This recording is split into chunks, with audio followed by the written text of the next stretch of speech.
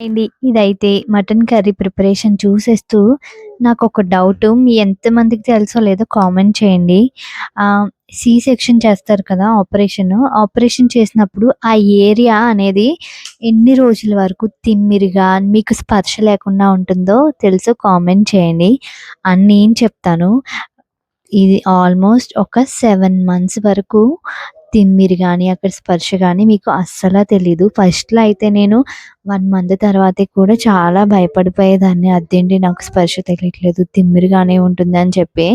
అప్పుడు చెప్పారు అక్కడ మనకి 6-7 మంత్స్, కొంతమందికైతే 1 ఇయర్ వరకు కూడా స్పర్శ తెలీదంట.